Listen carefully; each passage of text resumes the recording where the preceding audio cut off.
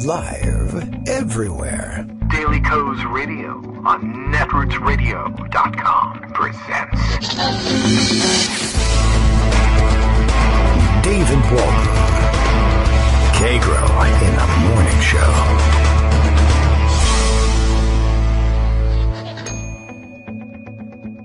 Now, here's David Waldman. Hey, good morning, everybody. How you doing? It is Wednesday, August 8th, 2018, 8818, something. Get a lottery ticket. That might as well be the way you spend the day. Why not? Let's see. Many things happening today. We'll, of course, bring in Greg Dworkin to check on whether or not anything that might have, say, been reported in a newspaper happened between yesterday and, let's pin it at today. We'll round up what people are talking about on Twitter. We'll round up what people were talking about yesterday in the newspaper, this morning in the newspaper, and what some of the newspaper people have been talking about for a week or so that we finally catch up with, not to mention a number of things that, though we found them in the newspaper, no other newspaper is talking about and won't be talking about until next week, next month, next year. That's the nature of the show. Looking forward to things today. Joan McCarter, looking forward to a day off. As it turns out, this is something I should have built for myself. She's taking some more summer vacation and spreading it out and taking Wednesdays off because it's in the middle of the week and it helps you get, as they say, over the hump of the work week. So before Labor Day, we may not have any Wednesday visits with Joan, although she has graciously held out the possibility of a few Friday visits because she just can't stay away, I guess, which is a nice thing. It's great. I love the fact that when I do my own scheduling, I sometimes will say, okay, well, maybe I need to take a day off in order to take care of thus and such a thing, as I'm going to have to do, I think, on Friday, and take one of the kids to the dentist on a semi-emergency basis. But I always think, oh well, I can't do that on a Wednesday. Joan will be disappointed. Greg will be disappointed. I know Greg hates it after a long weekend, not being able to get back on the air on Monday. So, well, we'll miss her, and maybe we can do a couple of makeup sessions, but hope she's enjoying a well-deserved break out there in Idaho, and pick me up some potatoes while you're at it. I think of Joan every time the kids order from Five Guys, and I get Five Guys fries, and they tell me where in Idaho the potatoes are from. And then, of course, obviously, every Wednesday, whether she shows up or not. Here's Greg, I guess, champing at the bit, as they might say, ready to get those stories on the air, and there's lots to do because there were elections yesterday, special elections, primary elections, probably a few secondary or tertiary elections that we haven't heard of yet, plus, of course, the huge national story of the disc golfer in Maine who was accidentally shot in the face by a neighbor. Oops, well, we'll get to that probably later on in the show. But first, hi, Greg. How you doing? I'm fine, thanks. We also have to talk about the alpha elections. Yes. Well, those are the best kind. I just saw that Tegan Goddard says, and probably everybody else too, it's just that I saw Tegan say, the GOP governor's race, the primary in Kansas, still too close to call? Must be all the illegal Yeah, it looks Republican like voters. Kovacs is going to win by like 175 votes. And the question, of course, on the table votes. there is how many of the votes for him were illegals. Right, exactly. I'm going to say all. All and of them, I would think. think. Like, who else in the right mind would vote for him? But the funny thing is about that when you look at the polling on this, it turns out that Collier, who was the incumbent, who became governor when Sam Brownback went off to do whatever the heck Sam Brownback is doing, and good riddance to him. He blows a lot. It turns out that Collier was leading the Democrat who won, Kelly, by 10 points, but Kobach and Kelly are tied. Is that right? Okay. So that's actually a good pickup chance for the Democrats in November. Armando was speculating on that, but I don't think he had the numbers at hand. It would have made a lot more sense. Well, if he speculated that it would be easier to beat Kobach than the incumbent Collier, he's correct. That is – don't say that. Why? Say he's wrong. I say he's right all the time. He's the one who says I'm wrong. All right. Well, I'm trying to get you over to – I want you both in agreement that you're both wrong. That's a different story. Today, let me sum up. There's some really good Twitter comments here trying to sum up last night's passel of election results, and I hope we get to the important ones. We probably will not get to them all. Ann Caprara tweeted last night, me this morning, Ohio 12, that's somewhere in Ohio. me tonight. We're waiting for the more college-educated portions of Delaware County to come in, more accurately understand where things are at. And that's exactly what happened. Yeah. It was such a close race. Everybody learned all about Ohio 12. And what people really need to appreciate, and probably still don't, is that this is a ruby red Republican district. Full of rubes, you mean? Yes, because the eastern part of the state is heavily Trump, 30 points in Trump's direction. Some of those used to be Obama voters. One of those counties was like Obama won by 3, and then Trump won by 30. So that was a heavily swing from Obama to Trump, and they're basically rural areas with white voters, not necessarily college educated, exactly who the demographics say are Trump supporters. Whereas the western part of the district around Columbus, college educated, including Delaware County, and they actually turned out fairly heavily. Those are the Democratic districts that, at least Democratic votes, they're not Democratic districts, but they're Democratic votes that Danny O'Connor won. And that's how he made this race basically a toss-up. And the fact is that the turnout in the Democratic areas was much higher, like in the mid-50s, high 50s, compared to the turnout in the rural areas. But there were more rural voters, so it turned out to be a tie. And this is a district, really, that the Democrats should not have been competitive in. That is what we heard. I think, what's his name, Pat Tiberi, Tiberi, I always call him Tiberi. When he ran, it was like, 65-35. And he's out, so this was an open seat. And the Republican, who's basically a not that great candidate, generic Republican, and arguably Danny O'Connor is a generic Democrat, it really should have been a 10-point Republican win. It wasn't. So somebody who's named Green-Eyed Amanda, pointed out last night, trying to summarize everything, Ohio's too close to call. And it is too close to call. There's like 8,000 provisional ballots and absentee ballots still to count. That'll take 10 days. It's unlikely that O'Connor, the Democrat, will catch Balderson, the Republican, but it's a minuscule win for the Republicans in a district they should have won by 10. So Amanda says Ohio's too close to call. Missouri rejected right-to-work laws. Yes. That may, in fact, have been the biggest outcome of the night, at least if you support unions. Michiganders might send first Muslim American woman to D.C. St. Louis gave the middle finger to an a-hole who refused to prosecute murderer Michael Brown. And women candidates are kicking ass. So that's basically what happened last night. Okay. Michigan has a Democratic candidate for governor who won her primary. Yes. And Kansas does as well. And the fact is that Democrats across the board did pretty well. In Washington state, where there was like a jungle primary, like California's, top 2. One of the interesting results there was Kathy McMorris McNean. Oh, what? I mean, she's the incumbent. Yeah. Right? And so the top 2 go to the November runoff. Yeah. And she beat the Democrat by like 4 votes. Oh. Okay. Well, more than 4, but it was a really, really super close. All right. Election, that particular one. That sounds like a McProblem conundrum. The McProblem or McMorris McNean. So, she's one of our favorite people because we just like saying her name, Kathy McMorris Rogers. But she's in leadership, isn't she? Yes. I mean, this is like Joe Crowley. Have any? Yeah. I mean, it's a rough equivalent. That's right. There should be a big. Nobody's going to talk about it because like 87 other things happened. Yeah. Well, that's true. Okay. Well, many things did happen, and I saw a lot of people making prominent mention of the right to work defeat in Missouri, and it's great to see it happen anywhere, and a lot of people now speculating maybe that's one of those things we should be putting on the ballot to get people out. We should. U.S. House District number 5 in Washington State. Kathy McMorris Rogers, Republican incumbent, 57,318. Lisa Brown, Democrat, 56,793. Okay. That's 47.5% to 47.1%.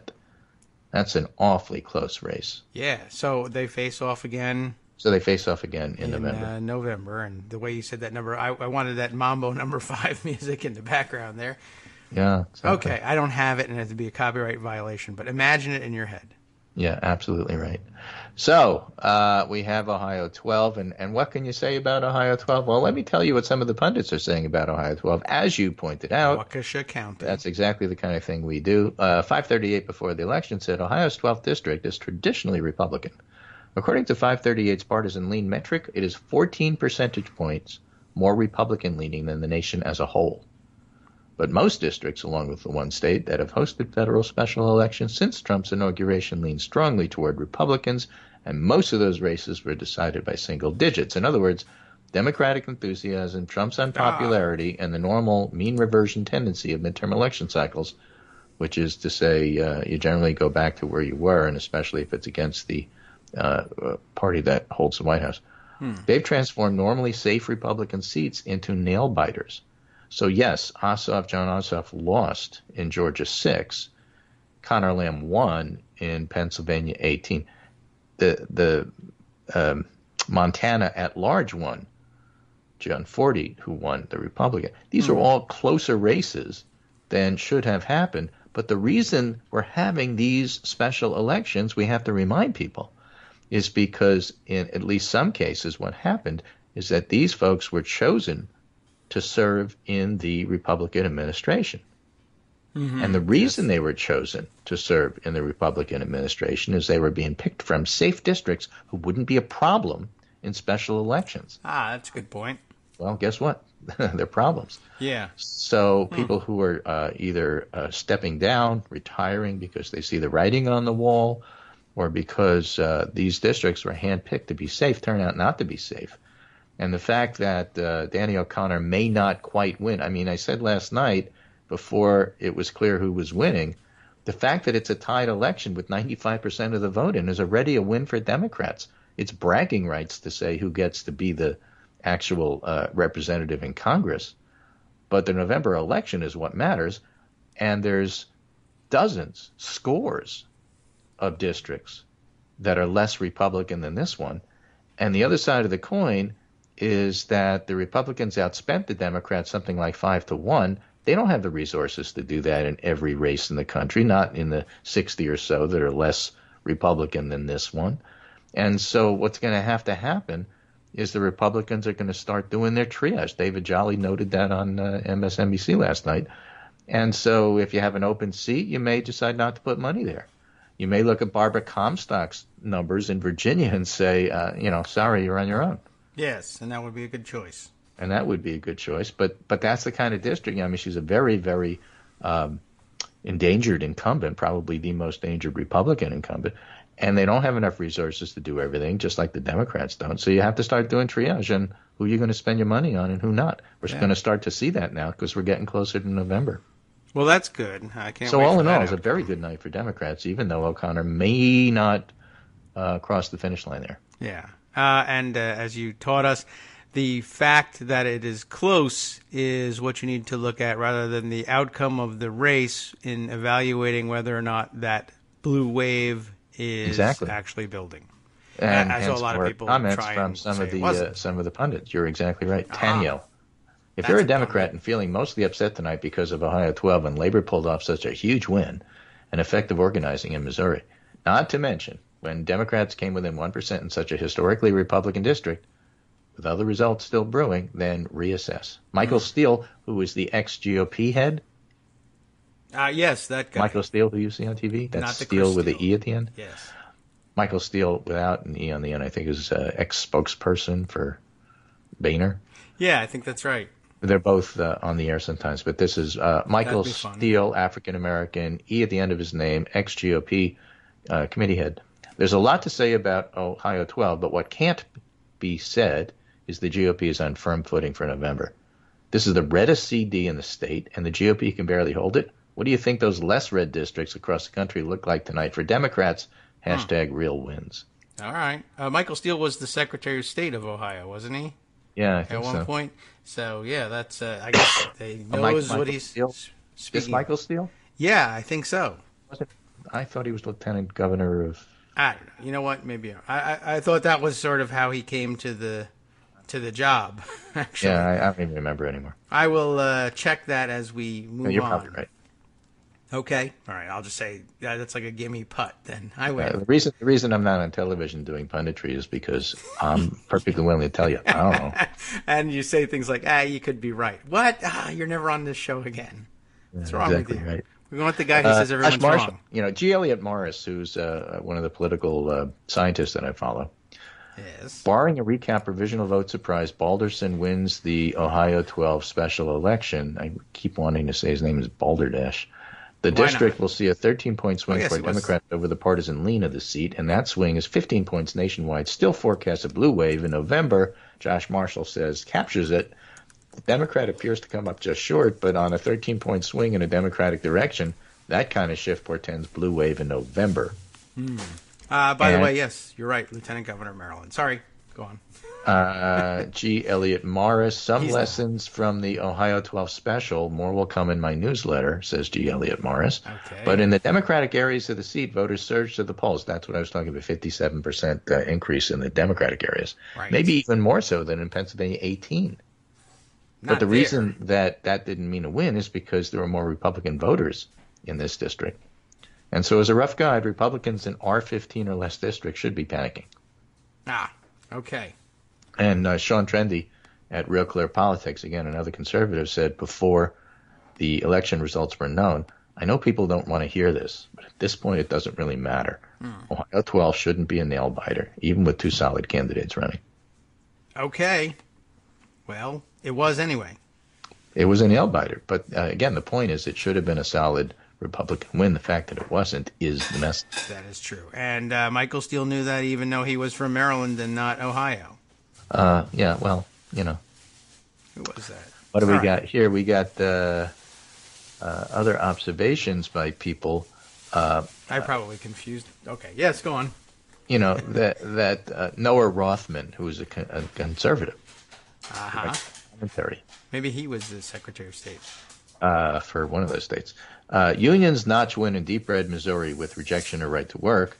And he tweeted that story that he wrote about it. And he said, this is the worst result in a night of bad results. Night of bad results. Okay. Yeah, that is a conservative. But the point is that even conservatives understand what we saw last night just as much as we do. Bad for them. Well, I'm sure somebody is out there arguing that it was great, but we don't listen to that guy. Now, what I saw on Twitter yesterday is, close only counts, in horseshoes and hand grenades. And the fact that he couldn't win changes everything. If he had won, it would change everything. And I thought that was actually a ridiculous way to look at it. This is a special election. It's not November.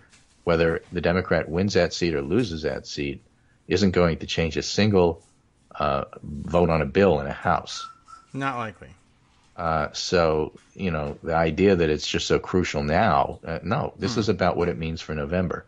And yes, I have to say, wins are always more satisfying than losses. People like to win. People hate, loathe, despise losing. I get that.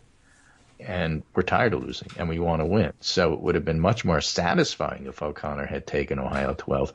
But you have to step back and say, stop letting your heart, analyze this. You got to analyze this with your head. And the logic and the data says, this is actually pretty good. Okay. Well, there's some song lyrics in that somewhere. Stop analyzing this with your heart.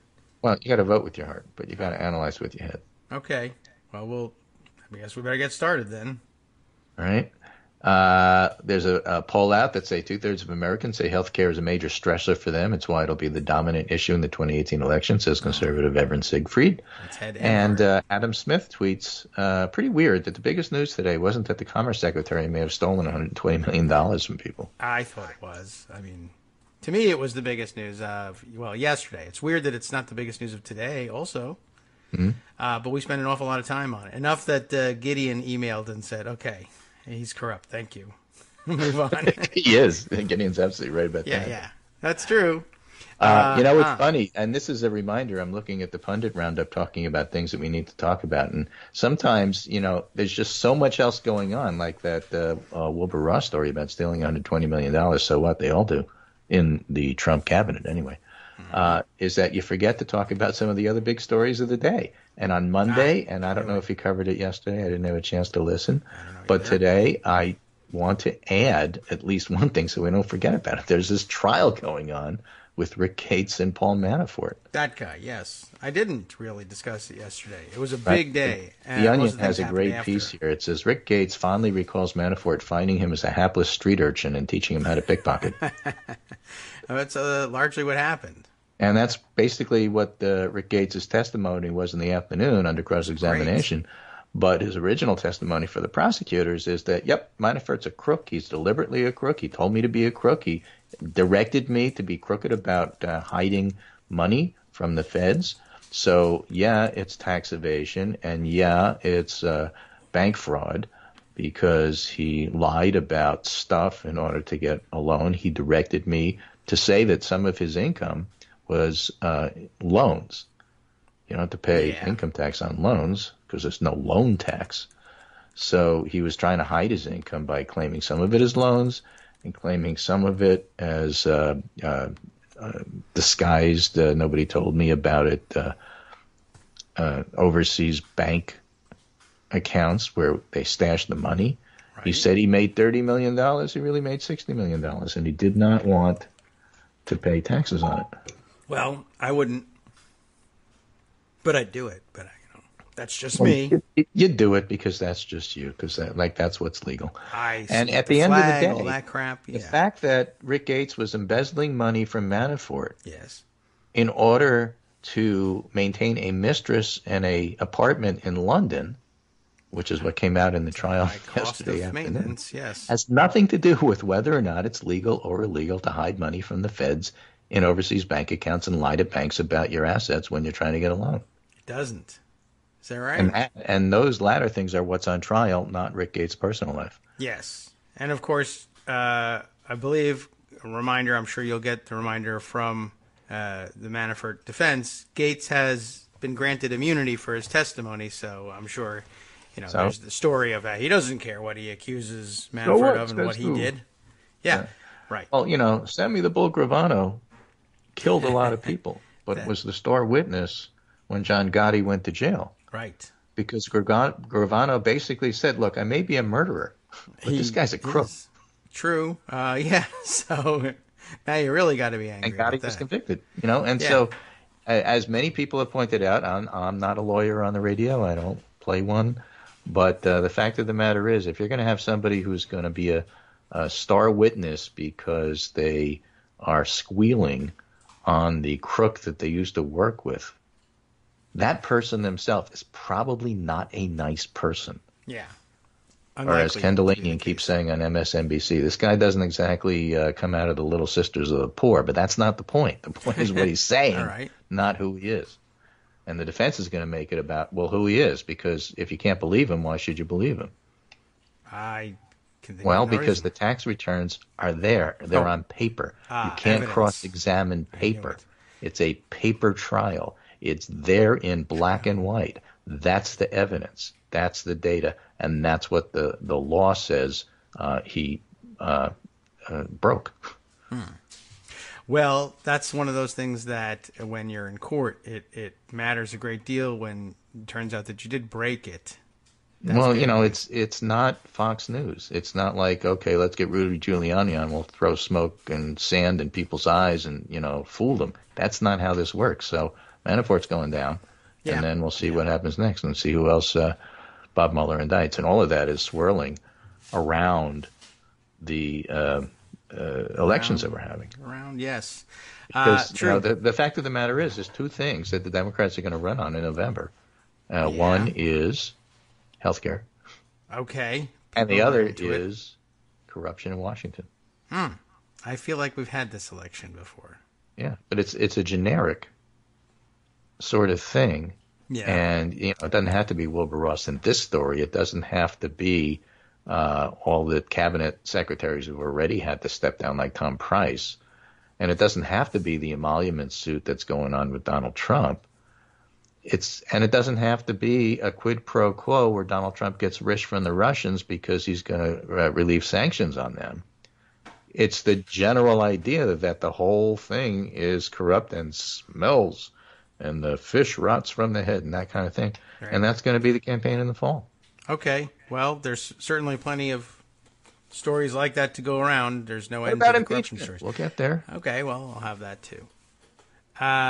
This is an interesting question. Michael Musson commenting here. Manafort had a mistress too, so I'm not sure what that point achieves. And now I'm no longer sure what point we were talking about. I mean, I know you mentioned that Gates was maintaining a mistress. Rick Gates. Yeah. Because he was a crook and he stole from Manafort. Because he had a mistress, so you can't listen to a guy who has a mistress? I don't know why the defense decided that was a key point to bring up, but when you don't have anything else, I guess that's what you have to do. That must be what Michael's questioning. Okay, well, I don't know. I mean, there's really not that much you can say on behalf of Paul Manafort. And by the way, that's the other reason to do it is because you want to do it right in court and you want to make Gates look a little shaky about it. I guess so. But you want to make him sweat. You want to make him look like, I'm not reliable because now I'm stuttering and I can't remember anything and I won't make eye contact with the person asking me questions. That's why you bring up that embarrassing stuff. Yeah, I guess that would probably do it. I don't know how embarrassing that is to him. Well, I mean, that doesn't help you. That's one thing that immunity won't help you with, if it's a surprise to your wife, I guess. That's true. And it doesn't help very much. Well, it's like trying to shame Trump. It's impossible. Well, that's just a fool's errand. Manafort has and there's an awful lot there, I guess, if you wanted to examine. You can't shame Manafort. Yeah, not likely to be true. I mean, have you seen the jackets he wears? That enough is a sign. Okay, we'll be right back to discuss that and that jacket and more. Hi, everybody. It's me, David. Let's change things up from the old fundraising pitch for just a minute and talk instead about how you can be a part of our show. If you've got a smartphone or any other electronic recording device, why not sit down and record a segment for us? Read us an important article and give us your take. Read one of your own original essays, or even just give us your commentary on something you'd like to share that's important to you. Then send the file to me at kagrox@gmail.com, and I'll try and work it into the show.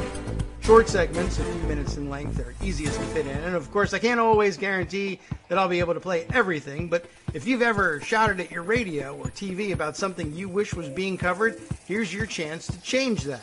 Make the show your own. Send your submissions to me at kagrox@gmail.com.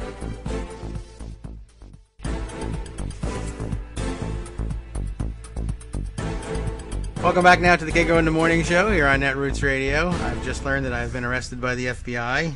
And oh, no, not you, Chris Collins. Oh, yes. Republican New York, Trump's earliest congressional backer. Yeah, and not the guy from the NFL show, right? Okay. No, Aaron Katersky tweets. Aaron is a correspondent for ABC News. Representative Chris Collins, his son Cameron, and Stephen Zarsky, the father of Cameron Collins' fiancée, have been charged with insider trading relating to securities of an Australian biotechnology company. That is... So when we were talking about corruption just a few minutes ago before the break? Yeah. Corruption. There's some more. All right, so insider trading, an Australian company. Okay. Yeah, well, Collins serves as board of directors. Yeah. Well, there was a lot of chatter yesterday about Wilbur Ross's corruption when we talked about. That was yesterday. It was only $120 million. But again, involving that's true. It was an awful lot involving those plum positions on the board of directors that get passed out to special folks. I guess in this case, Chris Collins and his son and his son's fiance's father and. Wow. Okay. So that's like the fiancés-in-law, Machetanister, I guess. Okay. Next. It makes sense. All right. We'll explain that later. We got to get some more information in here before we begin the work day for you. I'm sorry, Greg. Yes. Go ahead. No more yiddish. Right. But what we're learning is that in Republican land, it isn't just enough to say that they themselves are corrupt. Apparently it includes the Makatunim too. So all of the relatives, all of the in-laws, they're all in it together. Well, it's a family that so it's a family trades together. I guess goes to jail. Well, hopefully together anyway. Okay, wow. Well, the family that trades together stays together. Yeah, there we are. That's it. I knew we were looking for something that would explain that. All right. Well, it's good. They started off on the right foot. They got a long and happy life together in prison. I guess that means not together. Again, the point I'm making is that if the Democrats and when the Democrats run on corruption, they're going to have plenty of material. Yeah, well, that's true. All right, Chris Collins. How's his district looking? All right, we'll check it out. It's a conservative district. That's the whole thing. Again, a lot of these fights are taking place on conservative ground. Mm-hmm. And so what's going to happen, and the Cook Political Report suggests that what you really need to do is watch and see if between now and November the number of toss-ups expands. If you expand the map, that's another sign that you're winning. Yes, that's true. You can't compete for the majority without doing it, and the fact that they're expanding the map. There's no better way to say it. I'll leave it at that. Okay, we'll leave it there. So, other stories, takeaway, winners and losers from Tuesday's election. This is the fix, Amber Phillips in the Washington Post. Here are the night's winners and losers. They say the winners, House Democrats. Okay. Female governor nominees. We talked about that a little bit. Labor unions, we covered that one. Oh, Representative Ron Estes won in Kansas. Oh. You know about that one? No, I don't think I...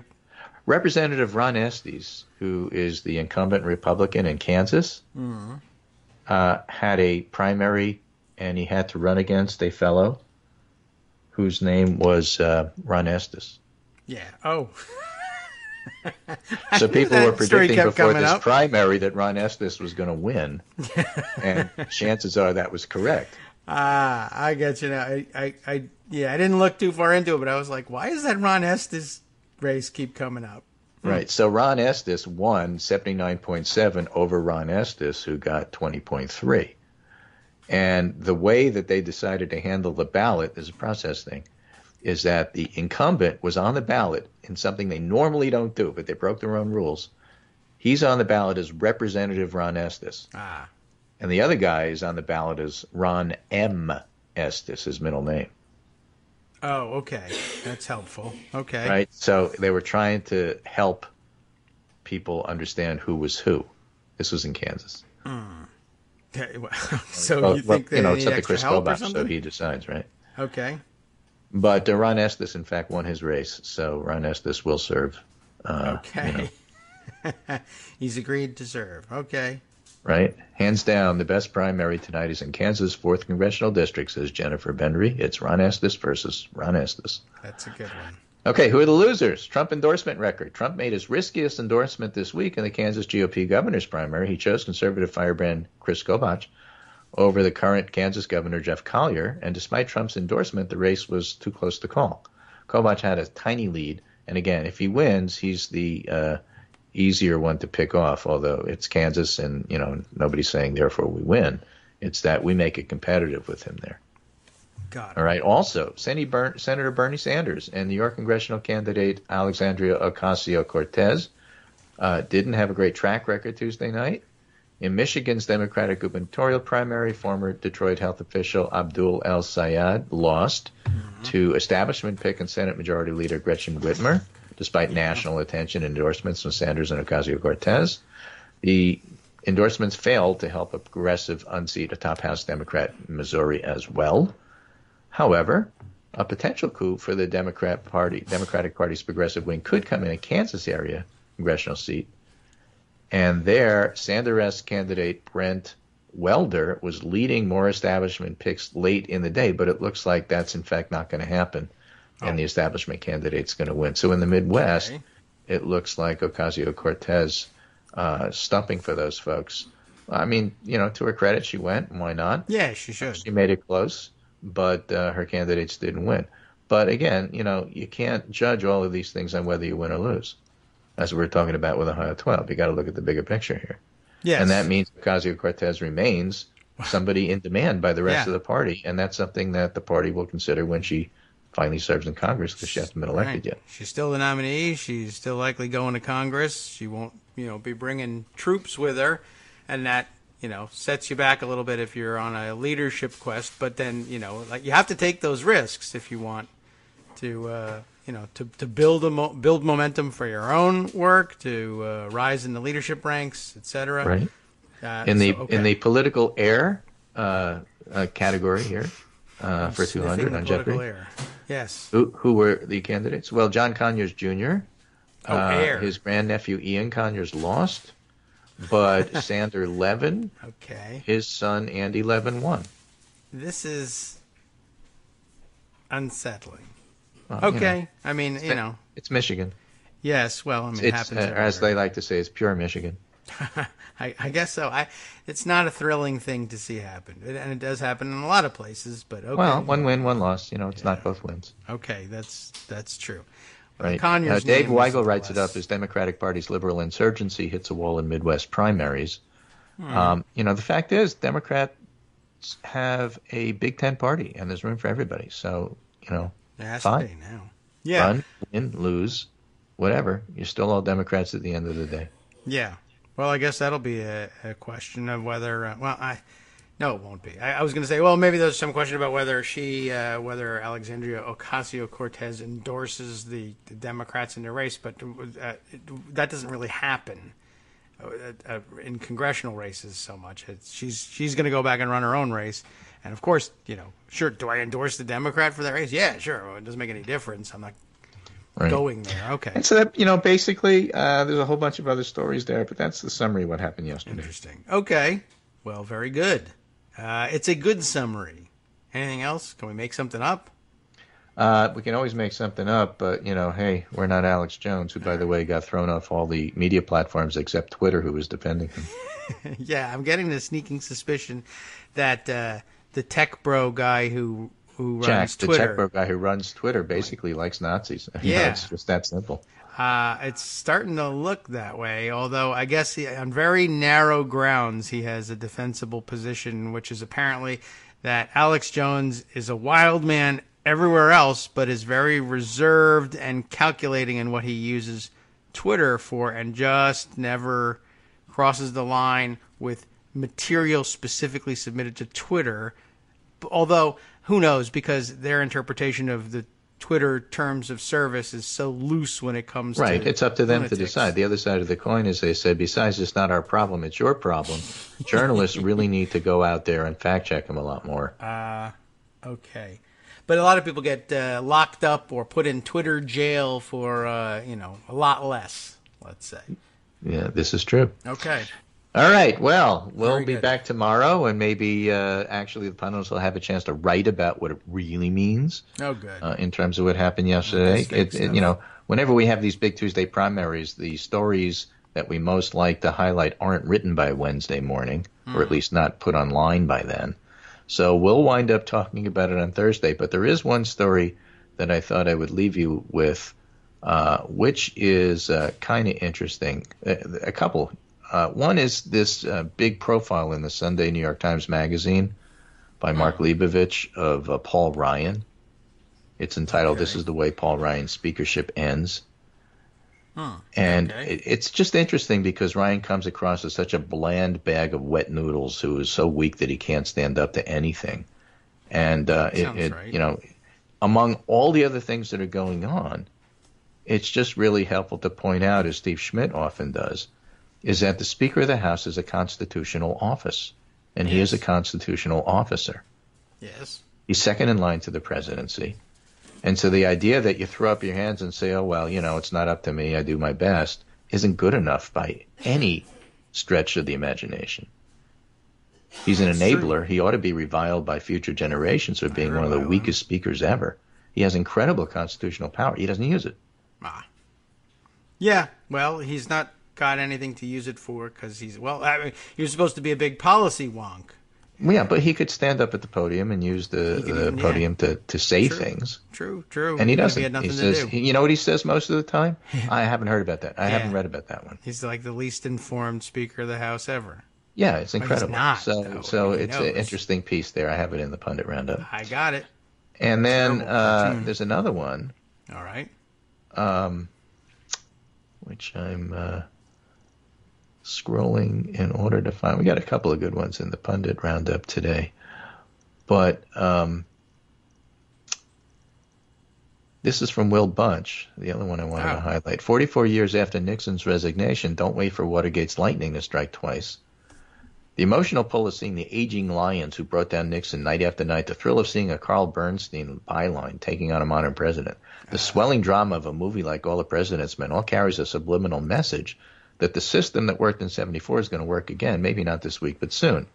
Isn't it pretty to think so? The reality, of course, is that while some of the giants of the Watergate era still roam the earth, the planet that they inhabit is nothing like the world that existed 24 years ago.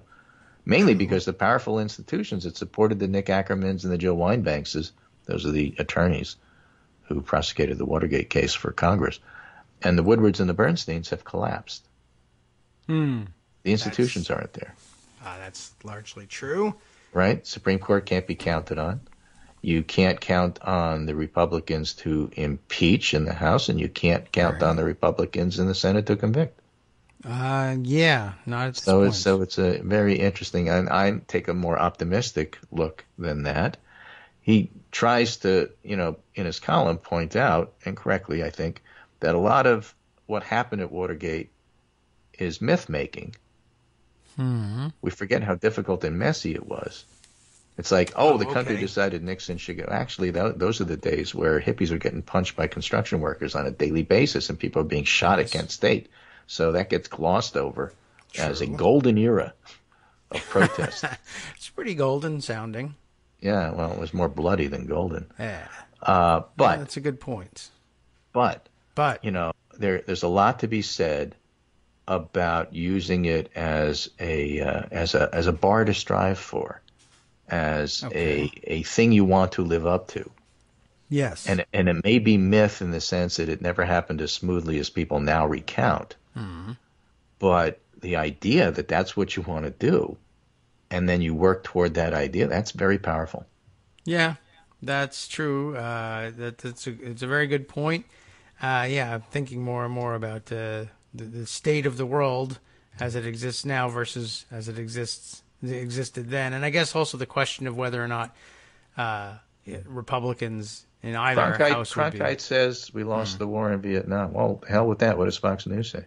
Yeah, well, there's definitely that going on. And on the other hand, I guess another question, had Republicans held a majority in Congress, in either or both houses at the time, I'm not entirely sure that they come to accept the inevitability of impeachment there either. Mm-hmm. But it wasn't the case. It was an it was a large Democratic institution, and then afterwards, of course, a gigantic wave in 74.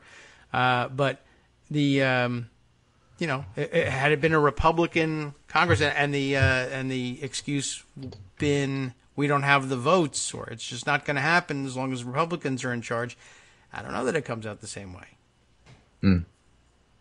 But that wasn't the case. It is now, and of course we can change it, and maybe that will help. I don't get that tingle in the spine when I see Carl Bernstein on television, but I'll grant them that one. You get a pass, I guess. Okay. All right. Well, that's it for me today. I'm leaving. All right. I'll see you tomorrow. Okay. Bye. Bye. They could just be. All right. Well, thanks very much, Greg. We will see you tomorrow, and we can go through our usual exit routine then, if you like. Yeah, we can do it today. This is my good friend David Waldman's show, Kagro in the Morning, and we'll see you tomorrow, and we'll see if news happens between now and then. Okay. Very good. Thanks again, and thanks for that nice exit as well. I'm like disappointed when we don't hear that finely polished exit. By the way, let's see, things to catch up on. Yes, one, the Secretary of State of Ohio from a few years back that I was thinking of is the equally cheesily mustachioed Ken Blackwell and not Michael Steele.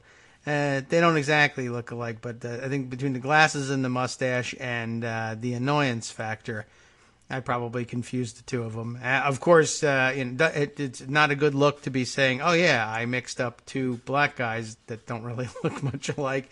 A few features in common, but no, they don't really look alike. So just plain confusion in the passage of years, I hope, on that one. And let's see, other things that I confused over the passage of years, not nailing the Yiddish exactly either. Those of you who might have been wondering about that, Machatenister is actually the term for a son or daughter-in-law's parents, the sort of the in-laws of your son or daughter or whoever's married into this relationship here. The collective, the plural word is the one that Greg used. Machatunim is the set o parents-in-law. And I guess we're talking about, what was it? Collins's son's father-in-law. Or no, not yet father-in-law because they aren't married yet. It was Collins's son's fiance's father who, when they marry, will be, if they go ahead with the wedding, I don't know if the wedding is canceled, if the groom's going to jail, Machatin. So, okay, Machatin, Machatenister, together Machatunim, and that's the Yiddish lesson for the day. All right, it's just kind of a fun thing to throw in there. And every once in a while, when you remember a term like that, it gives you the opportunity to throw a Yiddish curveball every once in a while, like Sandy Koufax used to do. All right, let's see. Where are we in the roundup today? Let's look at other stories that are coming. We should probably see if, I guess there's no further word about Chris Collins. We'll have to wait for that to develop. Although Southpaw has got the Chris Collins indictment. Should we take a look? Is it a long one? Is it complicated? Well, I hope that the scheme was at least a little more. I'm like yearning for the evil genius that eluded us in the Wilbur Ross story, because his theft was so simplistic and stupid. It was very disappointing. Does Chris Collins come up with something better? Chris Cameron and Steven Zarsky, the ones indicted in this case. Let's see. Conspiracy, like collusion, to commit securities fraud. The grand jury charges, let's see, at all relevant times in this indictment, inmate. No, I thought they were getting like prison testimony. It's the name of the Australian corporation they were trading in. Innate Immunotherapeutics Limited. That is a mouthful of a name, but I'm able to pronounce it. Innate Immunotherapeutics Limited was a biotechnology company with its headquarters in Sydney, Australia, and offices in Auckland, New Zealand. Innate's stock traded on the Australian Securities Exchange, or ASX, under the ticker IIL, which is better than ILL. That's what ticker names go, but I guess you could get away with that one for a immunotherapy. Let's see. On ticker ILL, and on the United States over-the-counter market under the ticker INNMF. MF is always a good abbreviation to add on to things. Innate's primary business was the research and development of a drug called MIS416, curious, which was intended to treat secondary progressive multiple sclerosis. In or about June 2017, Innate completed MIS416's Phase 2B drug trial, which was meant to determine the drug's clinical efficacy in treating SPMS. Because there were few or no alternative treatments for SPMS, MIS416 had the potential to be enormously profitable if the drug trial was successful. MIS416, however, failed the drug trial. Oh, that's too bad. I mean, at least a good drug could come out of all this. But all right, the public announcement of these results caused the stock price of Innate to drop by 92%. Woo! At all times relevant to this indictment, Christopher Collins, the defendant, was a congressman representing the 27th District of New York. Christopher Collins was also a member of Innate's board of directors and was one of Innate's largest shareholders, holding approximately 16.8% of its stock. In his capacity as a member of Innate's board of directors, Collins regularly had access to material, non-public information, including about MIS 416 and the drug trial. Cameron Collins, defendant, was the son of Christopher Collins, the other defendant. At all times relevant to this indictment, Cameron Collins was in a relationship with and subsequently became engaged to be married to a co-conspirator not named as a defendant herein, CC1. That's co-conspirator 1. That would be his fiancée. So she's in on it, but she's not indicted for some reason. At times relevant to this indictment, and as Christopher Collins well knew, Cameron Collins was also a significant shareholder in Innate, owning approximately 2.3% of its shares. At all times relevant to this indictment, Stephen Zarsky, the defendant, was the father of co-conspirator 1. He was also married to another co-conspirator not named as a defendant herein, so Macha Tainister is in there too, although there can. Cameron and CC1 are not yet married, so technically not the case. But at least we get to bring that word back.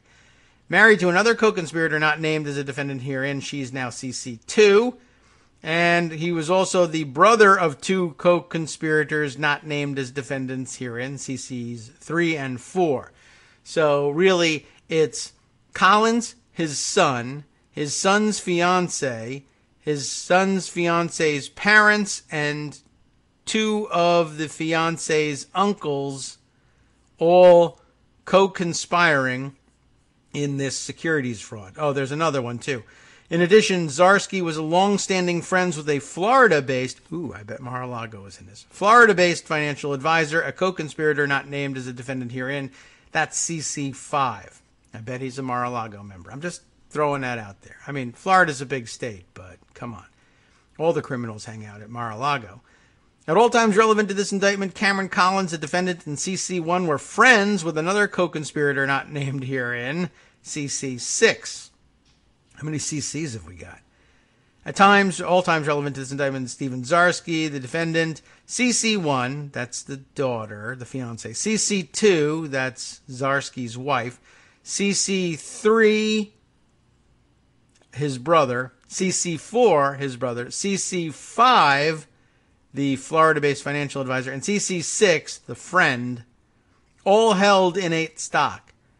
Zarsky, the daughter, the wife, and friend purchased Innate. I'm translating the CCs for you if I can keep them straight. Zarsky, the daughter, the wife, and the friend purchased Innate stock based in part on the recommendation of Cameron Collins. CC3, that's the brothers. The two brothers and the Florida financial advisor purchased Innate stock based in part on the recommendations of Zarsky. Okay, get it? Now, the confidentiality policy and prohibition on insider trading. At all times relevant to this indictment, Innate maintained a corporate policy entitled Securities Trading Policy. The policy provided in part in compliance with law here, really. If a delegated person possesses inside information in relation to the company, the person must not deal in any securities of such company in any way, nor directly or indirectly communicate the information or cause the information to be communicated to another person if this person knows or ought reasonably to know that the other person would or would be likely to deal in any securities of such company in any way or procure a third person to deal in any securities of such company in any way. In other words, don't do insider trading. Okay. Overview of the scheme to defraud. Perhaps we can sneak a bit of this in before taking our top of the hour break. In or about June 2017, Christopher Collins, the defendant, violated the duties he owed to Innate by passing material non-public information regarding the drug trial results to his son Cameron so that Cameron could use that information to make timely trades in Innate stock and tip others. Cameron traded on the inside information, passed it on to Zarsky, as well as to his fiancée and his mother-in-law to be, right, and the friend of the family, CCs 1, 2, and 6, so that they could utilize the information for the same purpose. Zarsky, in turn, traded on the information and used it to tip CC 3 and 4, his brothers, and CC 5, the financial advisor, so that they too could engage in timely trades of Innate stock, All of the trades preceded the public release of the negative drug trial results, and all were timed to avoid losses that would have been suffered once that news became public. In total, these trades allowed Collins, both Collinses, and Zarsky, and all the unindicted co-conspirators to avoid over $768,000 in losses that they would otherwise have incurred if they had sold their stock in Innate after the drug trial results became public. So that's the basics of it. I don't think we really need to read through the entirety of the indictment, but I bet there's some juicy stuff, and we'll keep one eye on Twitter for any dispatches from those Twitter folks that we follow who make it a habit to read such documents and find those juicy bits. But okay, right now it's just sort of run-of-the-mill insider trading. They, knew about the drug trial results. The law requires, and the company policy in accordance with the law requires, that you keep mum about such things and take your losses just as anybody else is a member of the public would have to do. You're not allowed to trade on that information and get away with shorting, or I guess it's not shorting, but I guess selling people stock that now will become valueless before they have the opportunity to discover what it is that will make it near valueless later on. So that's the basics of insider trading. Run-of-the-mill stuff here, and should have known better.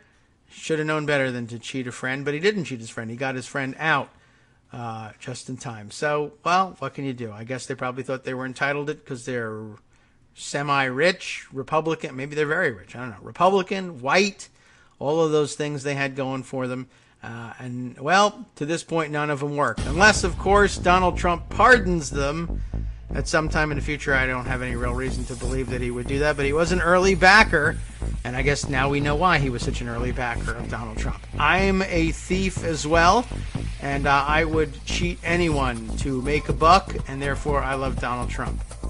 That may or may not have been his reasoning, but it certainly looks like it now. Anyway, we'll be back to pick up on other stories of interest after this short break.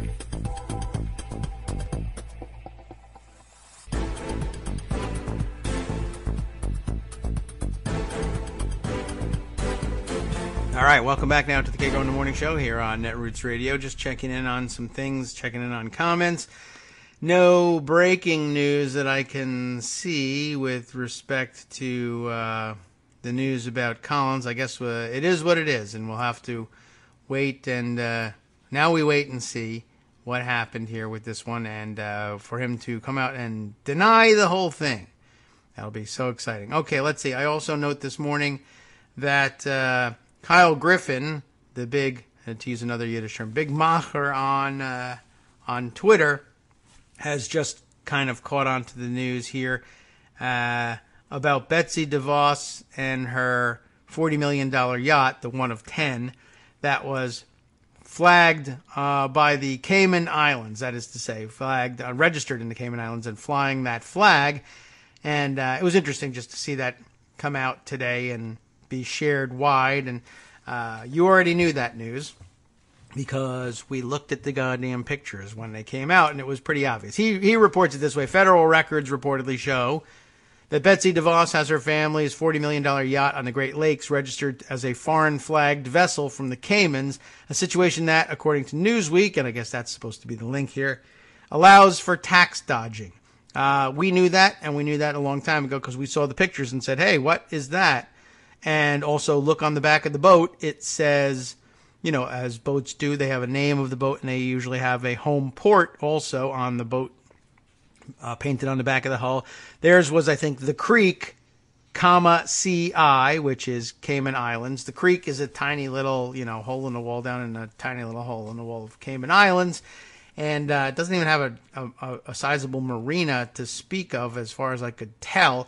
But anyway, it was, just kind of, it was interesting to see, and sort of one of those situations where if, for instance, you're screaming all the time about how football players don't give enough respect to the flag, in your view, because they're protesting police brutality by taking a knee during the national anthem, et cetera, then you should probably be upset with a high-ranking government official. One, who, toodles around the Great Lakes on a $40 million yacht, and two, doesn't even have the pride in America to fly the American flag on the damn thing, not to mention, of course, registering it here and paying actual taxes on it. But we could see from the hull of the ship and from the flag it was flying that it was registered in the Cayman Islands, and everybody who I shared that information with, and I wasn't the only one. I mean, it's as obvious, it's plain as day.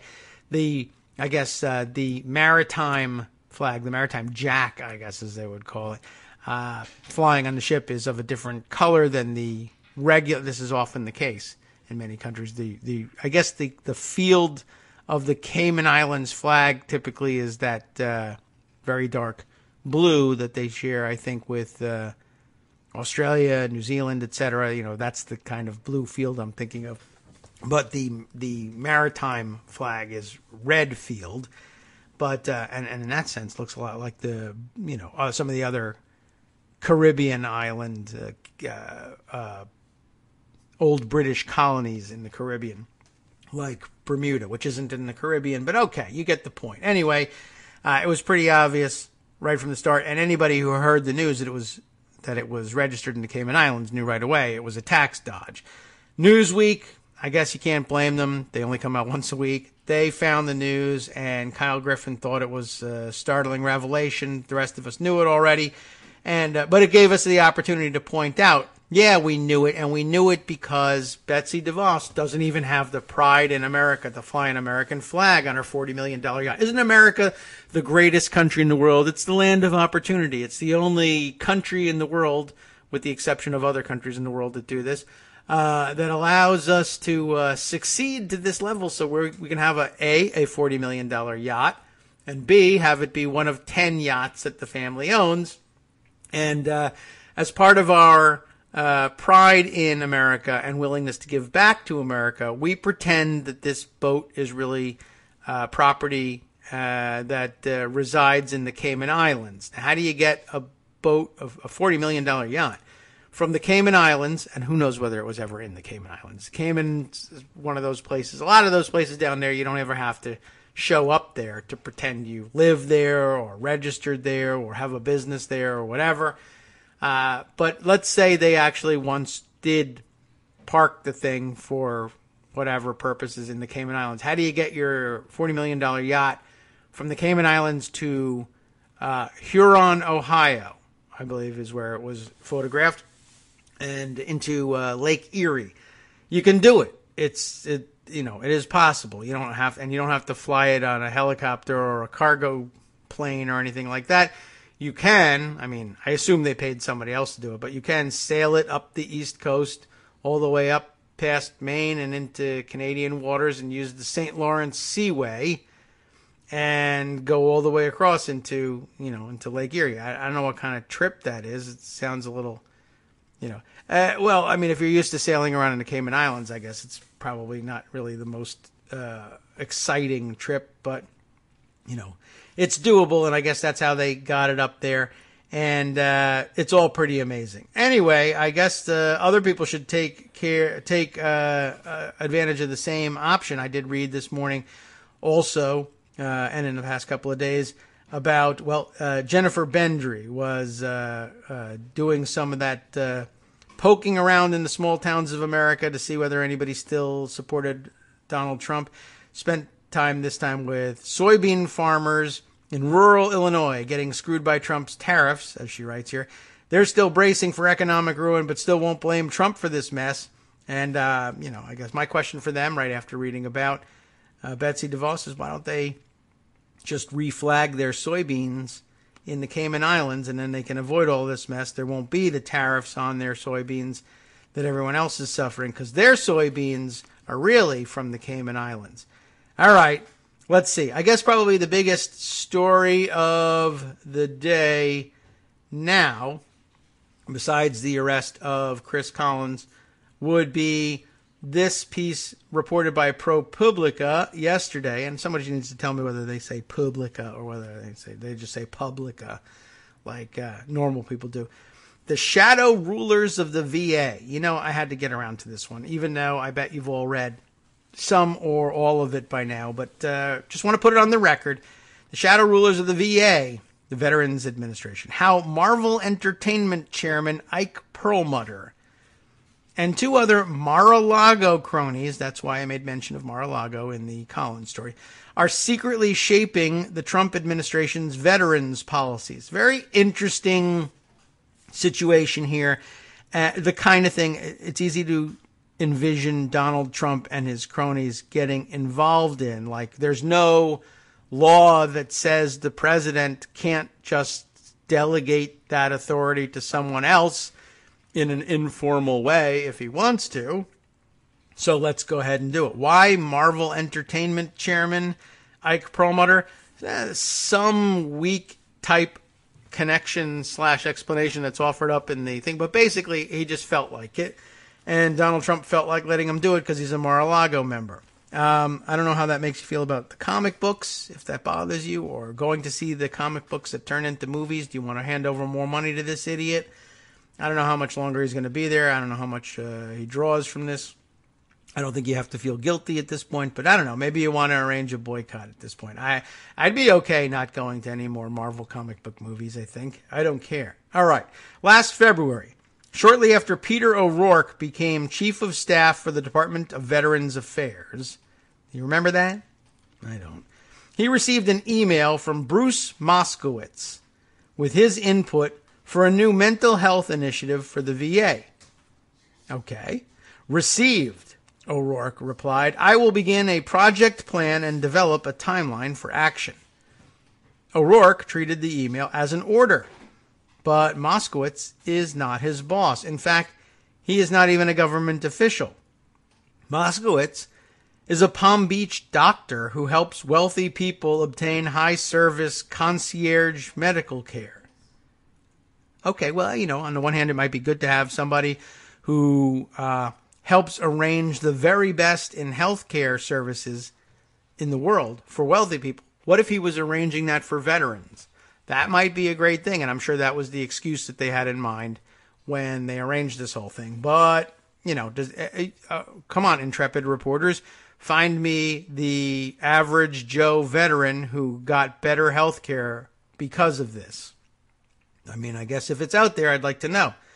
O'Rourke, remember, Peter O'Rourke, Chief of Staff for the VA, treated the email as an order, but Moskowitz isn't his boss, right? And instead, he's this concierge medical care guy. More to the point, he is, Moskowitz, 1/3 of an informal council that is exerting sweeping influence on the VA from Mar-a-Lago, President Donald Trump's private club in Palm Beach, Florida. The Troika is led by Ike Perlmutter, the reclusive chairman of Marvel Entertainment, who is a longtime acquaintance of President Trump's. The third member is a lawyer named Mark Sherman. None of them has ever served in the U.S. military or government. Yet, from 1,000 miles away, they have leaned on VA officials and steered policies affecting millions of Americans. And not just any Americans, veterans, right? But who cares about them? What are they, heroes? What'd they do, right? You know how Donald Trump regards this stuff. They have remained hidden, except to a few VA insiders who have come to call them the Mar-a-Lago crowd. Seems like a logical moniker for them. Perlmutter, Moskowitz, and Sherman declined to be interviewed and fielded questions through a crisis communications consultant. In a statement, they downplayed their influence, insisting that nobody is obligated to act on their counsel. At all times, we offered our help and advice on a voluntary basis, seeking nothing at all in return, they said. While we were always willing to share our thoughts, we did not make or implement any type of policy, possess any authority over agency decisions, or direct government officials to take any actions. To the extent anyone thought our role was anything other than that, we don't believe it was the result of anything we said or did. Okay, so long story short in all of this is basically President Trump, through some intermediaries perhaps, makes it clear to everybody working at the VA, listen, these guys aren't officials, and I guess you don't have to treat what they say as orders, but you're fired if you don't. And that gives you, now you have the plausible deniability. I'm not a government official. I'm not getting anything in return. You don't have to follow my orders. We'll have you murdered if you don't. Okay, well, you'll be fired from your job. Although, who knows? Putin is always looming out there. Maybe he wants to kill some people on behalf of Trump for this one. I don't know. But, you get the idea, what the situation really is. It becomes very clear that your job is in jeopardy if you don't treat those guys as your boss and don't treat their helpful, friendly suggestions in email as orders, but they'll deny until the day they finally get locked up or die that they ever, I was just making suggestions. I'm just a friendly guy who wants to help the VA. But hundreds of documents obtained through the Freedom of Information Act, that damn law, and interviews with former administration officials tell a different story of a previously unknown triumvirate that hovered over public servants without any transparency, accountability, or oversight. You'll have to forgive the breakfast scenario unfolding in the background here. We are, after all, at the world headquarters in the kitchen. The Mar-a-Lago crowd spoke with VA officials daily, the documents show, reviewing all manner of policy and personnel decisions. They prodded the VA to start new programs, and officials traveled to Mar-a-Lago at taxpayer expense to hear their views. Everyone has to go down and kiss the ring, a former administration official said. And now that is a nugget that begins to make sense of some of the travel expenses we heard about in past stories. It's been a long time, several months, maybe a year or more since we heard nuggets like that, but we did back when,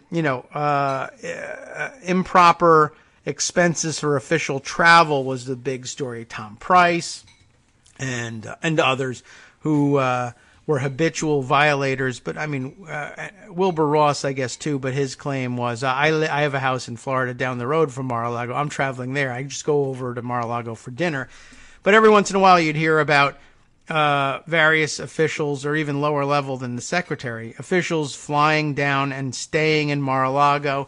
And the angle then on the story was not why are they traveling at all, but why when they travel to Florida. Because you can easily imagine a reason for anybody in the government, but a Veterans Affairs official certainly would raise no particular eyebrows. Traveling to Florida, what raised eyebrows was they're staying at Mar-a-Lago. That seems like an unnecessary expense.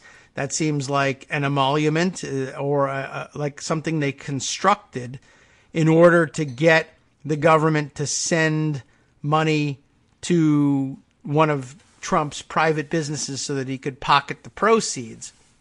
And that's still true. That still happened.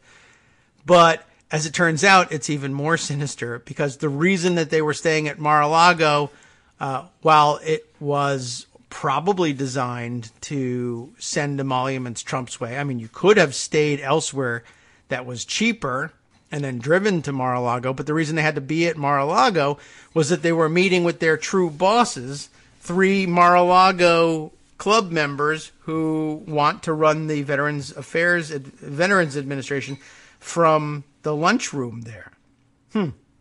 Okay, so that's where we left. Let's see. The Freedom of Information Act revealed all of this stuff. The previously unknown triumvirate that hovered over public servants without any transparency, accountability, or oversight.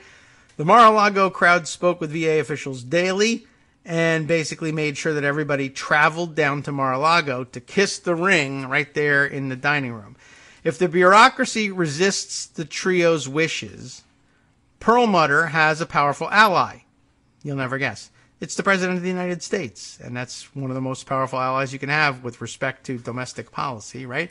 Trump and Perlmutter regularly talk on the phone, because that's what Trump likes to do with his life, and dine together when the president visits Mar-a-Lago.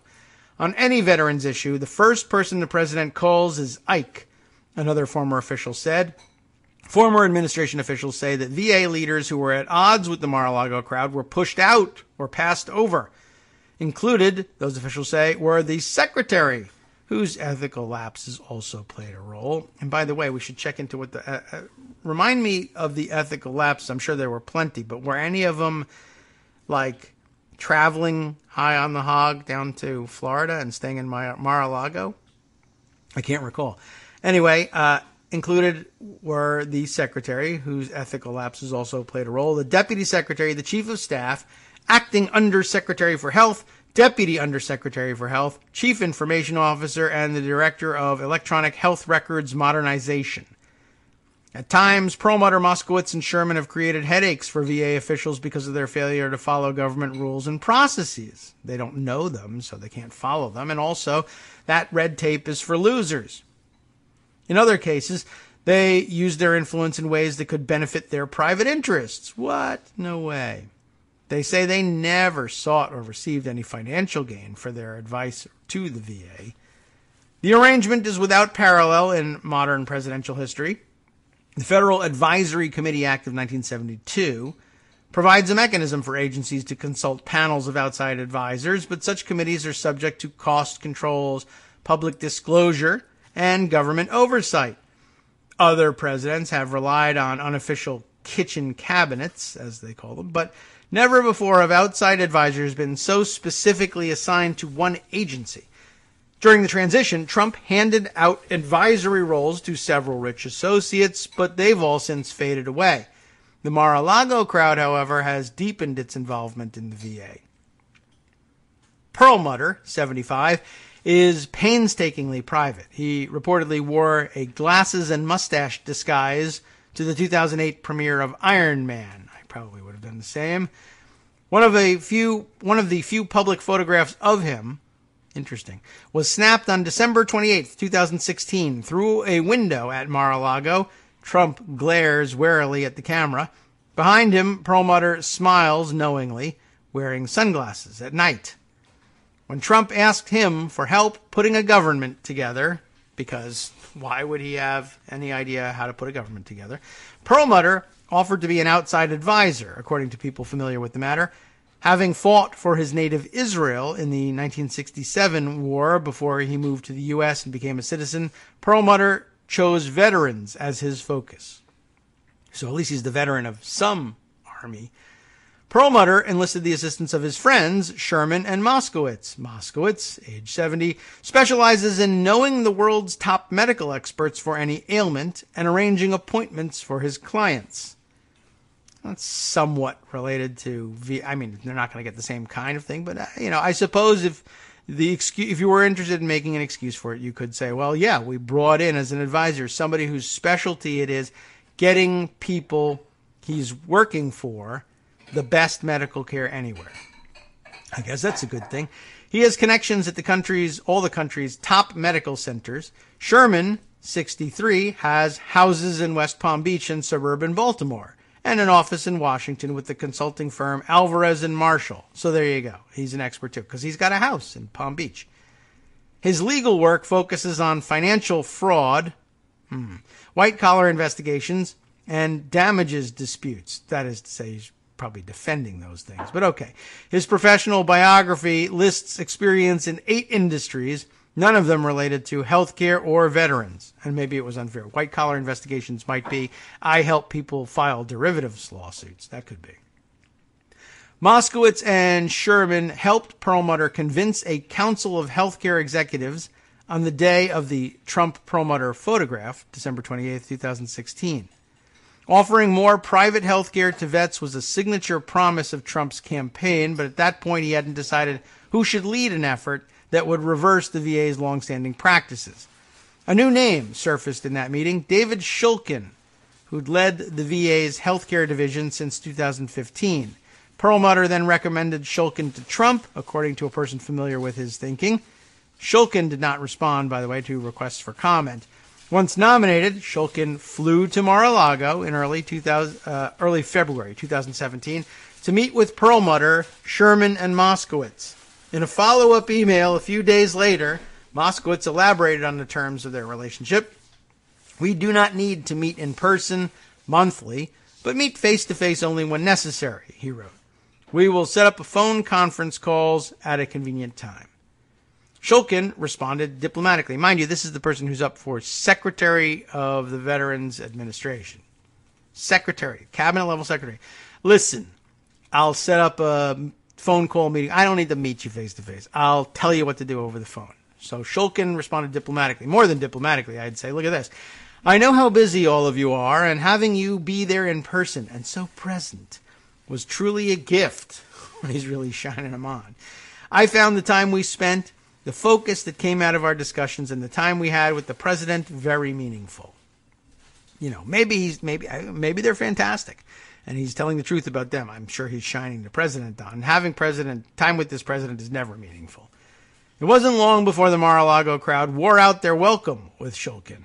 They advised him on how to do his job, even though they sometimes seemed to lack a basic understanding of it. Gee whiz.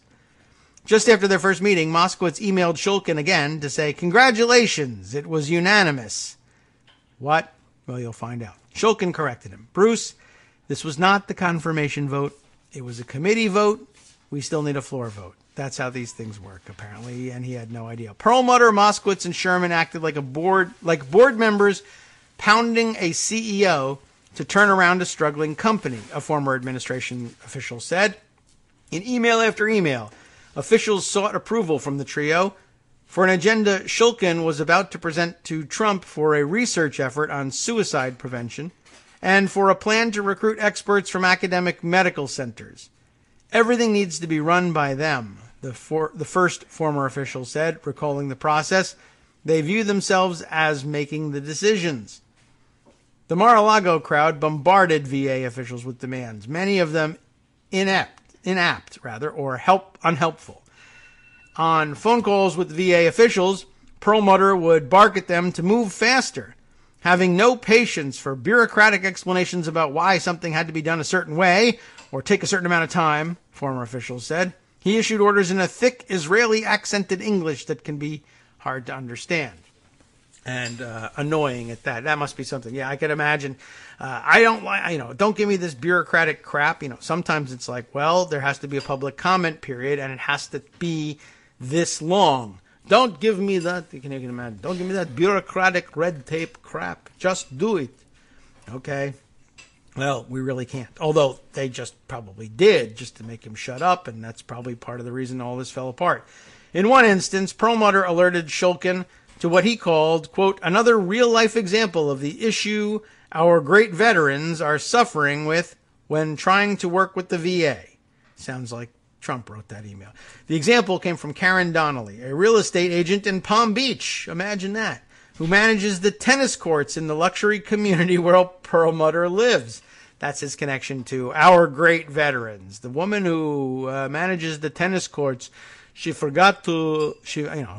Israeli accent. She forgot to make my reservation for the tennis court like I asked her to do. And I said, "What's wrong with you?" And she said, "It's not my fault. My husband, who is a veteran, he's having trouble getting his health care." Well, right. So it's like as good as it gets. I will arrange the health care so that my favorite waitress can be there to bring me my breakfast. I want to be able to use the tennis courts. When I reserve them, they should be there for me. I'm going to fix this so that my tennis court works. Okay, let's see what happens. Karen Donnelly, real estate agent in Palm Beach, manages the tennis courts where Perlmutter lives. Donnelly's son was having trouble. It's not the husband, the son. His son was having trouble accessing his military medical records. After a month of dead ends, Donnelly said she saw Perlmutter on the tennis court and, knowing his connection to Trump, she says it went the other way, asked him for help. Perlmutter told her to email him the story because he's trying to straighten things out at the VA, she recalled. "I don't want to hear your story. I'm playing tennis. Email it to me." That's probably more like it. Donnelly separately touched off a nasty legal dispute. This is parenthetical to all this, apparently. A nasty legal dispute between Perlmutter and a neighbor. Oh my goodness, Canadian businessman Harold Pirenboom, who objected to her management of the tennis courts. You know how it can be with those homeowner association type things, right? In a lawsuit, Pirenboom accused Perlmutter of mounting a vicious hate mail campaign against him, which Perlmutter's lawyer denied. I have a feeling I may have seen this in one or another of the Mar-a-Lago stories. I wonder if it's related. This reminds me, maybe it grew out of like the weird network of local charities that have their fundraisers at Mar-a-Lago. And when we were investigating, or when we were following David Farenthold's investigation of the Donald Trump Foundation, I feel like, well, these sort of disputes come up all the time among, well, everybody in Florida, to be honest. But the richer they are, the more time they have for such stupid disputes. But I feel like we've hit this one before. I'll never find the connection, at least not during the show, but maybe in research afterwards. Anyway, more to come about this story. And I don't know how much further we want to dive into it, or see if we can survey a few other things. But when we come back, we'll wind up with our last segment back in 2 minutes.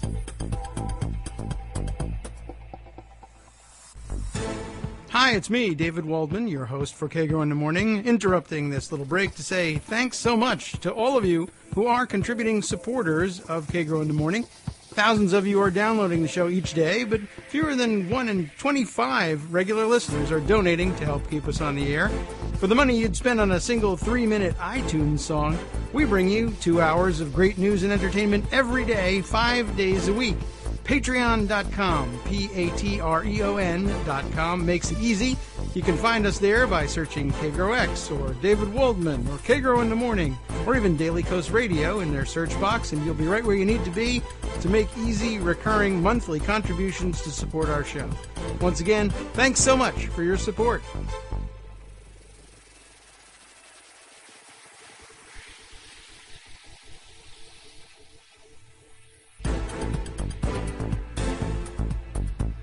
Welcome back now to the Kagro in the Morning Show here on Networks Radio. Debating whether or not we continue with that. It was a very long and in-depth piece, as most ProPublica investigations are.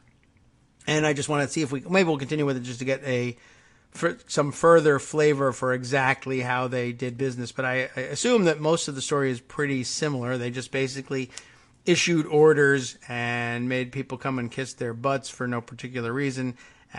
I haven't noticed any reporting on any major turnarounds and fantastic service now being offered at the VA, unlike anything ever before. So I don't know. Maybe there's some hidden success in here, though. Let's continue with it just a little bit before we shift gears and cover another story, which I think we'll at least have to put on the record.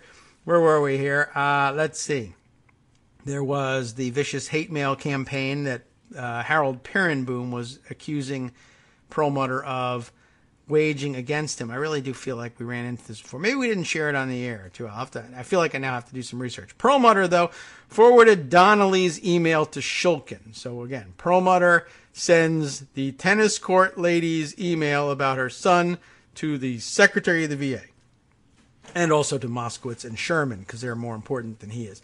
I know we are making very good progress, but this is an excellent reminder. Oh, yes, it's Perlmutter. An excellent reminder that we are also still very far away from achieving our goals. I don't know how thick his accent really is. How did he get to be the CEO of Marvel Comics? What an interesting thing to end your career with. I mean, that's not the end of his career. Oh, this should be, but it isn't. Interesting, though, a transition. Israeli soldier to comic book company CEO, which I imagine at this point is run more like a major entertainment industry business than a comic book company. But okay. Shulkin had to explain that they were looking in the wrong place.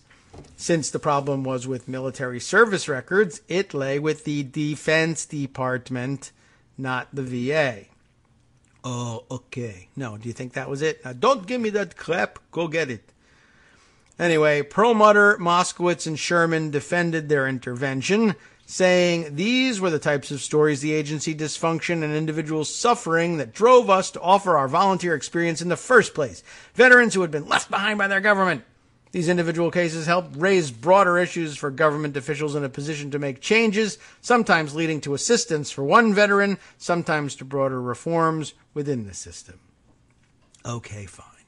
Right after meeting Shulkin, Moskowitz connected him with his friend Michael Zinner, director of the Miami Cancer Institute and a member of the American College of Surgeons Board of Regents. Zinner declined to comment. The conversation led to a plan for the American College of Surgeons to evaluate the surgery programs at several VA hospitals. The plan came very close to a formal announcement and contract, internal emails show, but stalled after Shulkin was fired, according to the organization's director, David Hoyt. Besides advocating for Friends' interests, some of the Mar-a-Lago crowd's interventions served their own purposes. Gee whiz. Starting in February of 2017, right away. Basically, Perlmutter convened a series of conference calls with executives at Johnson & Johnson, leading to the development of a public awareness campaign about veterans' suicide. That's a good thing. They plan to promote the campaign by ringing the closing bell at the New York Stock Exchange around the time of Veterans Day. I don't know how effective that is in terms of raising awareness of veterans' suicide, but I guess if you wanted to raise awareness of it among stock traders, then I guess sure.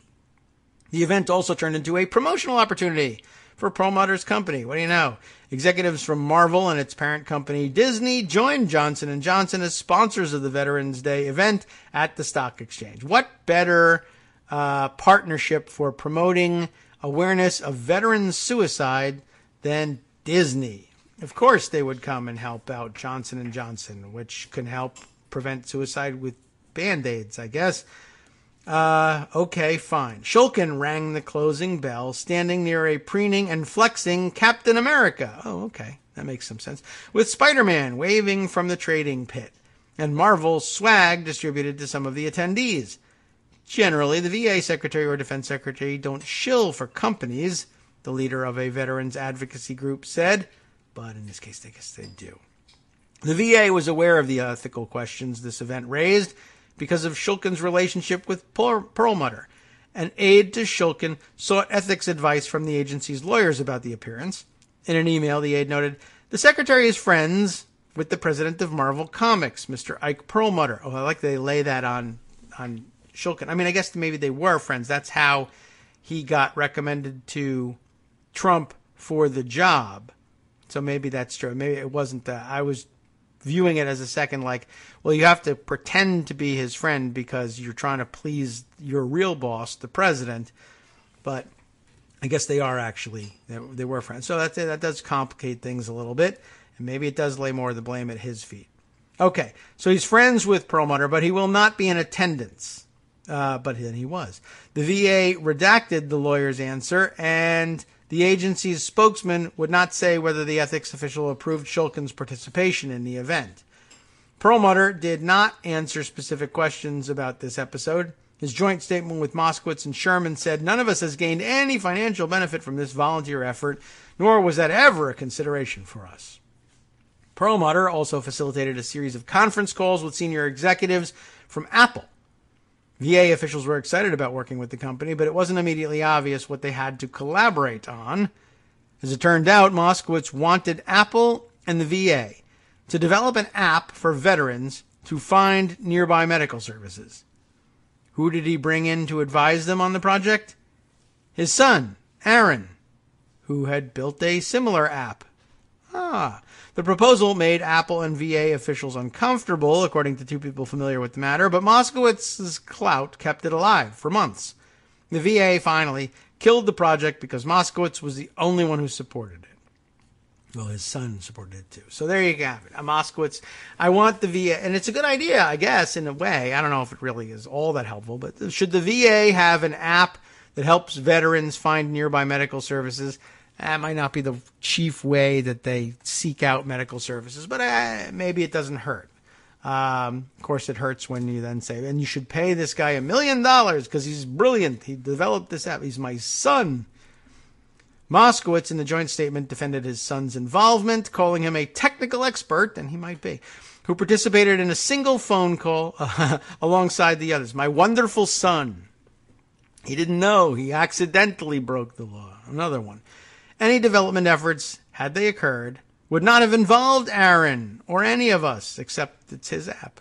There was no product of Dr. Moskowitz's or Aaron's that was promoted or recommended in any way during the call. And I think even that narrow definition is probably a lie. Again, none of us, including Aaron, stood to receive any financial benefit from the matters discussed during the conversation. And any claims to the contrary are factually incorrect, which of course means they're true. You know that. You know how these guys work. Moskowitz had more success pushing a different pet cause. He had spent years trying to start a national registry for medical devices, allowing patients to be notified of product recalls. Sounds all right. Moskowitz set up the Biomedical Research and Education Foundation to encourage medical institutions to keep track of devices for their patients to address what he views as a dangerous hole in oversight across the medical profession. At one point, the foundation built a registry to collect data from doctors and patients. Moskowitz chaired the board, and Perlmutter's wife was also a member. Typical. Moskowitz's son earned $60,000 a year as the executive director, according to tax disclosures. Equally typical, but okay. At least it was like a good idea. Moskowitz pushed the VA to pick up where he left off. He joined officials on weekly 7:30 a.m. conference calls in which officials discussed organizing a summit of experts on device registries and making a public commitment to creating one at the VA. In an email to Shulkin, the VA official in charge of the project referred to it as the Bruce Moskowitz efforts. When the summit arrived on June 4th, Moskowitz and his son did not attend. It's not clear what role they will have in setting up the VA's registry going forward. Their foundation has shut down, according to its website, and Moskowitz's son said he's no longer involved. He just walked away from $60,000 a year. But in his opening remarks at the summit, Peter O'Rourke, then the acting secretary, offered a special thanks to Dr. Bruce Moskowitz and Aaron Moskowitz of the Biomedical Research and Education Foundation, which is closed, as driving forces behind it. All right, a little weird, a little shady. Over the course of 2017, there was growing tension within the Trump administration about how much the VA should rely on private medical care. During the campaign, Trump championed letting veterans see any doctor they chose, inside or outside the VA system. But Shulkin warned that such an approach was likely to result in poorer care at higher cost. His preferred solution was integrating government-run VA care with a network of private providers. In September of 2017, the Mar-a-Lago crowd weighed in on the side of expanding the use of the private sector. We think that some of the VA hospitals are delivering some specialty health care when they shouldn't, and when referrals to private facilities or other VA centers would be a better option, Perlmutter wrote in an email to Shulkin and other officials. Our solution is to make use of academic medical centers and medical trade groups, both of whom have offered to send review teams to the VA hospitals to help this effort. In other words, they proposed inviting private healthcare executives to tell the VA which services they should outsource to provide, They proposed inviting private healthcare executives to tell the VA which services they should outsource to private providers like themselves. It was precisely the kind of fox in the henhouse scenario that the VA's defenders had warned against for years. Shulkin delicately tried to hold off Perlmutter's proposal, saying the VA was already developing an in-house method of comparing its services to the private sector. Shulkin also clashed with the Mar-a-Lago crowd over how to improve the VA's electronic record-keeping software, the one episode involving the trio that has previously surfaced in a report by Politico. The contract with a company called Cerner would cost more than $10 billion and take a decade to implement. But Moskowitz had used a different Cerner product and didn't like it. This does sound familiar. He complained that the software didn't offer voice recognition, even though newer versions of Cerner's product do. For months, the Mar-a-Lago crowd pressured Shulkin to put the contract through additional vetting. Let's see. So, by the way, this is linked to, did we see this? Maybe. This was the Politico report that they mentioned. It is from April of this year, and it is titled, "Who the Hell is This Person? Trump's Mar-a-Lago pal stymies VA project." And sounds familiar, but I don't remember whether we actually shared it on the air. All right, back to the ProPublica piece here. On February 27th, 2018, Shulkin flew to Mar-a-Lago, not to see Trump, who was back in Washington, but to meet with Perlmutter, Moskowitz, and Sherman. So we're definitely starting to see, I think maybe we did cover this visit. And I did see the comment from Karen, who says She said, I seem to remember a press availability at the White House in 2017 where Trump noted the Mar-a-Lago VA meeting. Former VA Director Shulkin was sitting next to Trump, so I guess maybe a different visit, and was asked by the president if he was invited, and Shulkin said no. That sounds kind of weird, too. All right. Anyway, the trip was supposed to close the deal on the Cerner contract, according to two people familiar with the meeting. But then Shulkin's stature had been badly diminished by an ethics scandal, and he expected he didn't have much longer in the job, but he wanted to finish the Cerner deal first. Shulkin brought O'Rourke, an ex-Trump campaign aide who stepped in as chief of staff after the ethics scandal led to the departure of Shulkin's top aide. O'Rourke took the opportunity to ally himself with the Mar-a-Lago crowd. It was an honor to meet you all yesterday. He's looking for the job. He wrote in a follow-up email, I want to ensure that you have my VA and personal contact information. He then provided his personal cell phone number and email address. Using personal email, of course, to conduct government business can flout federal records law, as President Trump and his allies relentlessly noted in their attacks on Hillary Clinton during the 2016 campaign.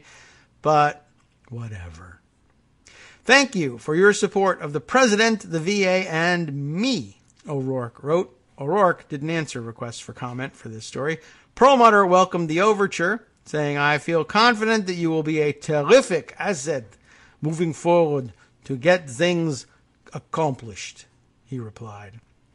All right, we're getting there. The Mar-a-Lago crowd grew frustrated with Shulkin, feeling like he wasn't listening to them, and Perlmutter came to regret recommending Shulkin to Trump in the first place, according to people familiar with his thinking. That aligned them with political appointees in the VA and the White House who started to view Shulkin as out of step with the president's agenda, which is doing his friend's bidding. One of these officials, senior advisor Camilo Sandoval, presented himself as Perlmutter's eyes and ears within the agency, two former officials said. Wow, what a suck-up, huh? For instance, in an email obtained by ProPublica, Sandoval kept tabs on the Apple project and reported back to Moskowitz and Sherman. I will update the tracker, and please do let me know if this helps answer questions around Apple's efforts or if additional clarification is required, he wrote. Sandoval, who didn't answer requests for comment, knew Perlmutter because he once worked on the campaign with Trump's son-in-law, Jared Kushner, who is also close with Perlmutter. What do you know? In December, White House advisor Jake Leinenkugel sent Sandoval a memo outlining a plan to upend the department's leadership. Leinenkugel would not say who asked him to write the memo, but it was clearly not intended for Sandoval alone, since it refers to him in the third person. 3 people familiar with the situation said the memo was sent to Sandoval as a channel to Perlmutter. The spokeswoman for Perlmutter, Sherman, and Moskowitz said they didn't know about the memo. Remember, the spokesman for the 3 of them, spokeswoman, is the crisis management consultant, I guess. The memo recommended easing Shulkin out and relying on Perlmutter for help replacing him. Put Shulkin on notice to exit after major legislation and key POTUS VA initiatives in place, the memo said. Utilize outside team, parentheses, Ike. Although several factors contributed to Shulkin's downfall, including the ethics scandal and differences with the White House over legislation on buying private health care, 3 former officials said it was his friction with the Mar-a-Lago crowd over the Cerner contract that ultimately did him in.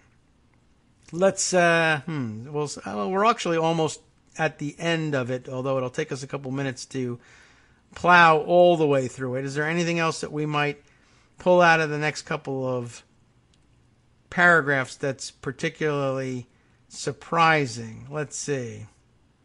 Not really. Leinenkugel putting himself in charge of some things after moving everybody else out. Yes. Trump initially nominated White House Dr. Ronnie Jackson, remember that, to replace Shulkin, with Pentagon official Robert Wilkie filling in on a temporary basis.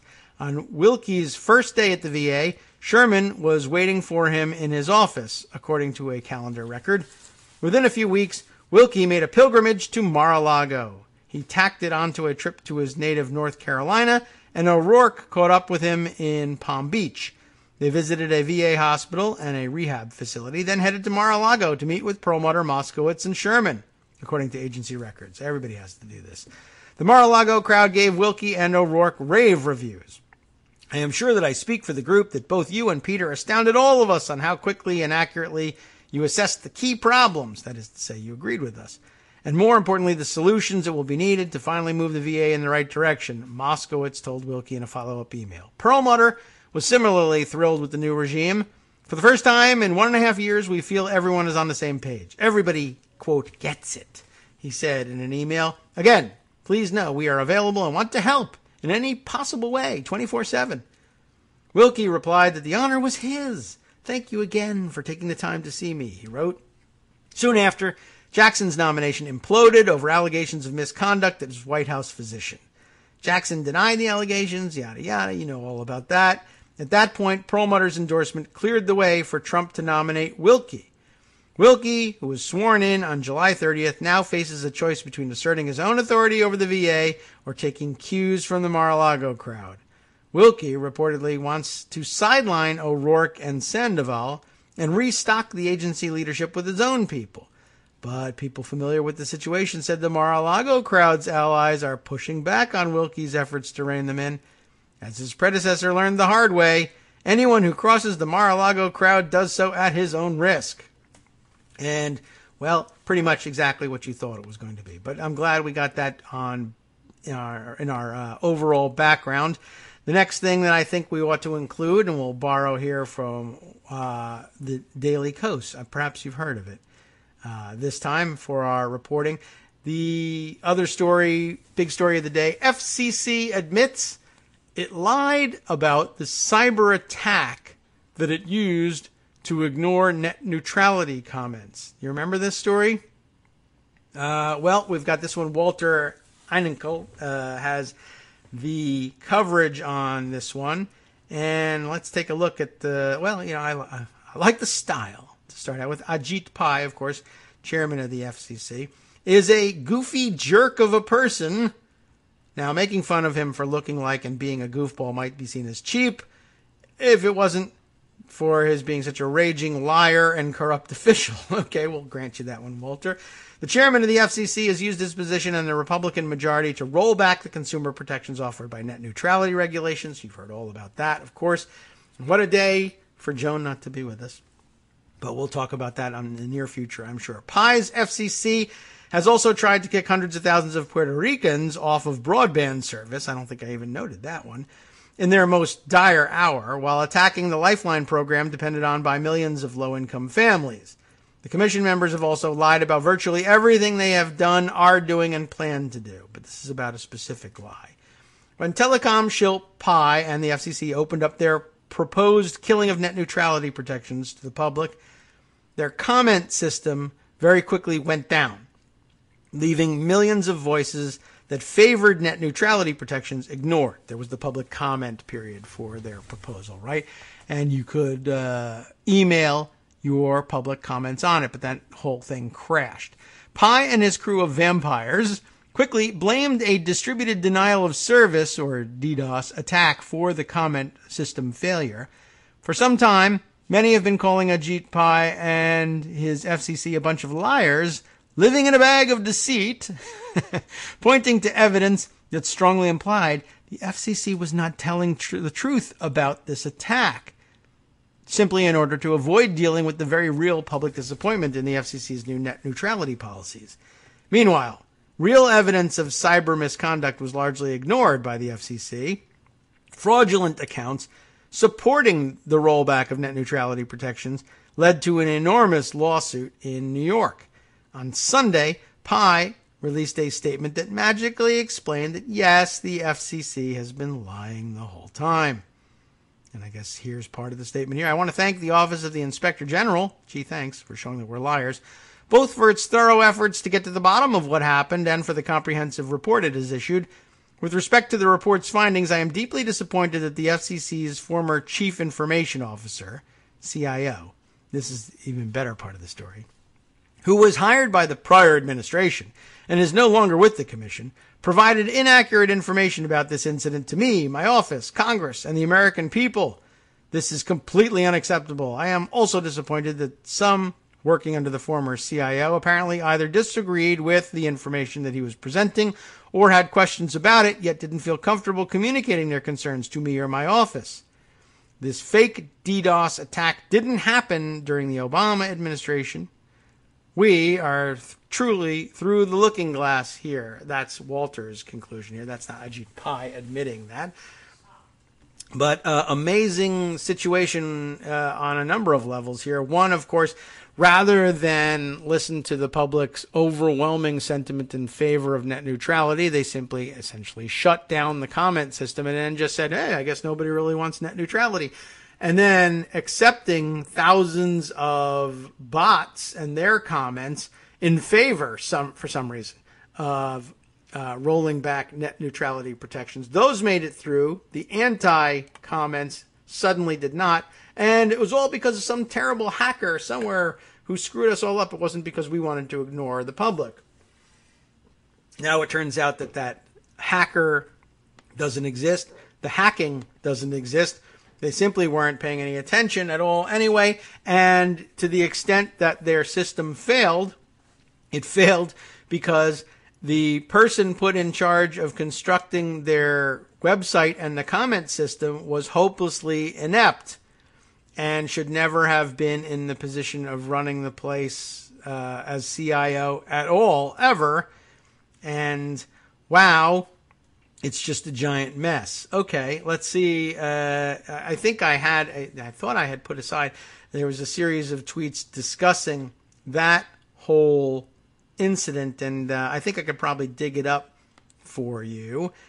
And I think I saw Waldo Jackwith speaking about it yesterday. This would be something sort of up his alley, but we'll have to scroll back some in order to try to find it. But I'll keep that open and see if we can find his brief thread discussing just how over his head the CIO was over there at the FCC. Okay, getting towards the end of the show, and tomorrow being Thursday, we'll have Greg back here. One more roundup of the news and discussion, probably of some of the analysis of the election results to follow tomorrow.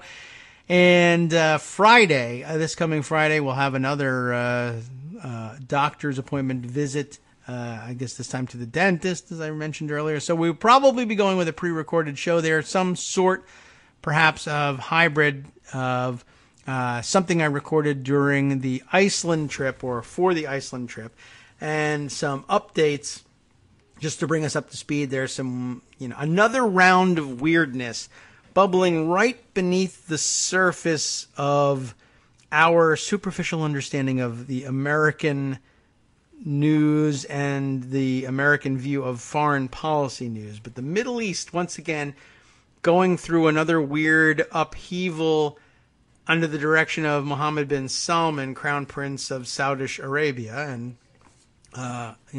to no one's surprise, I guess, who listens to the show, Mr. Saud of Saudi-ish Arabia, has some interesting plans going forward. And I guess, as we learned earlier, not much concern for who gets hurt in the process. And it looks like the poor Canadians get caught up in the middle of all this. And as could be expected, the American government under so-called President Donald Trump is of no help whatsoever to our Canadian allies, because the president is apparently extraordinarily jealous of the Canadian Prime Minister, and therefore cannot work with him. And they've been so bad to us on trade. And so I guess that'll stand in the way of, human rights around the world, because they've been terrible to us. Do you know what they did to us on, I don't even know what product? Yeah. Well, no surprise there. Okay. Time to wrap things up then. We'll be back tomorrow, and as we play our way out of today's show, let's check on what you will find upcoming with Justice Putnam on his West Coast Cookbook and Speakeasy. I got to hit a few buttons to make sure we can get over to the right place here and tell you what's coming up. And it's, as always, a fantastic mix. Let's see if it's some overlap or not. We give you a good heads up. Trump asked GOP senators about Mueller over 20 times, and no matter what happens, it's not his fault. Okay? Well, that's always the case with him. But in what setting did he ask them about this? All right, well, let's see what else he's got on your menu for today. Trump is trying to deny citizenship to 20 million legal immigrants. Yes, a big and burgeoning story there. A federal court tells a New Orleans judge to stop locking people up because they're poor. Sounds like a good direction. And a homeless black teen hits back at Florida police after they admit to framing him for multiple burglaries. Well, good. I hope we can help you hit in some way. I guess that's the point of justice, bringing the story up. At least we can all add our collective power to the punch. What else has he got here for the second half of the show? Where, let's see, Judge Andrew Hanen is so anti-immigrant. How anti-immigrant is he? So anti-immigrant, even the Trump administration wants him to chill. Wow, that should be a hell of a story. And what's up with U.S. District Judge T.S. Ellis? I have T.S. Eliot? No, T.S. Ellis, the Reagan-appointed jurist overseeing the Manafort trial. What an interesting figure he From Daily Kos Radio on networksradio.com. You have been listening to the Kagro in the Morning Show with David Waldman. Great idea. I'd like to find out what's up with that judge. After all, he did have a couple of interesting ideas and interesting rulings about how the trial should proceed. Should be another wild day, even without Gates back on the stand today. I don't think he's due for a second day. All of that and more on the West Coast Cookbook and Speakeasy with Chef de Cuisine Justice Putnam next.